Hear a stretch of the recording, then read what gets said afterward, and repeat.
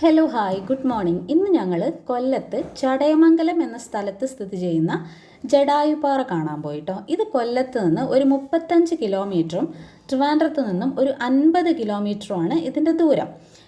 ഈ കാണുന്ന കേബിൾ കാറിൽ കയറിയിട്ടാണ് ഞങ്ങൾ മുകളിലേക്ക് പോയത്. ഞങ്ങൾ ഉച്ചയ്ക്ക് ശേഷമായിരുന്നു അവിടെ പോയിട്ടുണ്ടായിരുന്നത്. മാത്രമല്ല അന്ന് നല്ല മഴക്കോളുള്ള ദിവസമായിരുന്നു. അതുകൊണ്ട് തന്നെ വലിയ വെയിലൊന്നും ഉണ്ടായിരുന്നില്ല കേട്ടോ. പക്ഷേ നിങ്ങൾ പോകുന്ന സമയത്ത് ഉച്ചയ്ക്ക് ശേഷം, വെയിലാണെങ്കിൽ ഉച്ചയ്ക്ക് ശേഷം പോകുന്നതായിരിക്കും ഏറ്റവും നല്ലത്. സീ ലെവലിൽ നിന്നും 1000 അടി മുകളിലാണ് ഈ സ്റ്റാച്യു സ്ഥിതി ചെയ്യുന്നത്. കുറച്ച് മുകളിലോട്ട് കയറിയപ്പോൾ തന്നെ നടന്നു പോകുന്നവർക്കായുള്ള വഴി ഞങ്ങൾ കണ്ടു. ഈ ഒരു പാത്വേ ആണ് മുകളിലേക്ക് കയറി വരുന്നത്.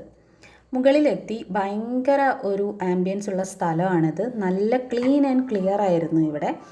ഈ കാണുന്ന ഈ ഒരു വഴിയിലേക്കാണ് നമ്മൾ കയറി വരിക. നടന്നു വരുന്നവർ ഈ പാതയിലൂടെയാണ് മേലോട്ട് കയറി വരുന്നത്. എനിക്ക് ഭയങ്കര ആഗ്രഹമായിരുന്നു നടന്നു വരാനായിട്ട്, പക്ഷേ ഞങ്ങൾ അവിടെ എത്തുമ്പോഴേക്കും അത് കഴിഞ്ഞിരുന്നു.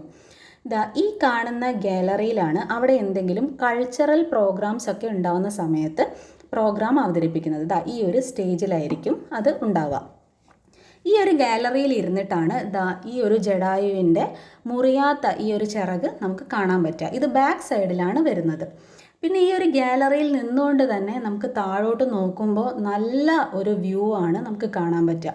ഈ ഒരു ജടായു പാറയുടെ ചുറ്റിലും നല്ല വ്യൂ ആണ്. ഇതിൻ്റെ ഏറ്റവും മുകളിലത്തെ ഭാഗത്താണ് നമ്മളിപ്പം നിൽക്കുന്നത്.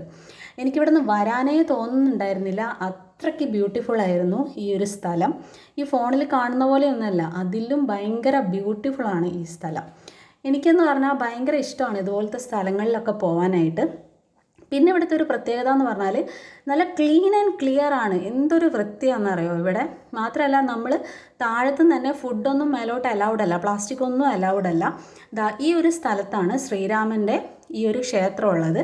ഇത് ജടായു സ്റ്റാച്യു സ്ഥിതി ചെയ്യുന്ന ആ ഒരു കോമ്പൗണ്ടിൽ നിന്നും മാറ്റി മറ്റൊരു കോമ്പൗണ്ടിലാണ് ശ്രീരാമക്ഷേത്രം അവർ വച്ചിരിക്കുന്നത്. ഈ ഒരു ശില്പത്തിൻ്റെ രൂപകൽപ്പന രാജീവ് അഞ്ചൽ എന്ന ശില്പിയാണ് ചെയ്തിട്ടുള്ളത്. സീതയെ അപഹരിച്ചു കൊണ്ടുപോകുന്ന സമയത്ത് ശക്തനായ ജടായുവിനോട് പൊരുതി നിൽക്കാൻ രാവണന് കഴിഞ്ഞില്ല.